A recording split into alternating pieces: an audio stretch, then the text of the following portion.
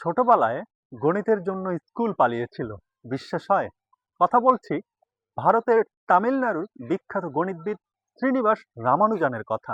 তিনি গণিতকে ভালোবেসে সবসময় গণিতের উপর চর্চা করতেন। রাফ কথায় সবসময় নিজের মতো করে গণিতের সৃজনশীল বিষয়গুলো লিখতেন। তার এই বিষয়গুলোকে অনেকেই নিরুৎসাহিত করেছিল। তিনি একসময় ইংল্যান্ডের বিখ্যাত গণিতবিদ G.H. হার্ডিকে তার যে সৃজনশীলতা গণিতের উপর সেগুলো চিঠি আকারে পাঠালেন।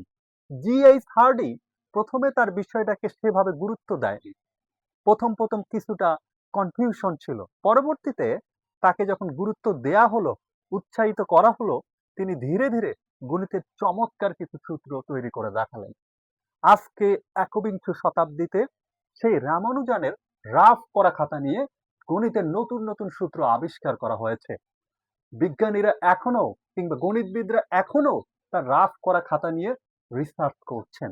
আপনি কোনো একটা বিষয়ে দক্ষ হয়ে উঠুন, হয়তোবা সেই বিষয়টাতে আপনি একেবারেই দুর্বল, কিন্তু আপনার যেটা সবচেয়ে দুর্বল পয়েন্ট সেটা সবচেয়ে শক্তিশালী পয়েন্ট হতে পারে আপনার চেষ্টার মাধ্যমে।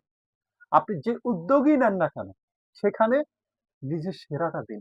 প্রথমে মানুষ আপনাকে নিরুৎসাহিত করবে, কিন্তু একটা সময় আপনি অনুশীলন করতে করতে আপনার সৃজনশীলতা দেখাতে দেখাতে সফল হয়ে উঠবেন। নিজের পরিবর্তনের গল্প নিজেই তৈরি করুন।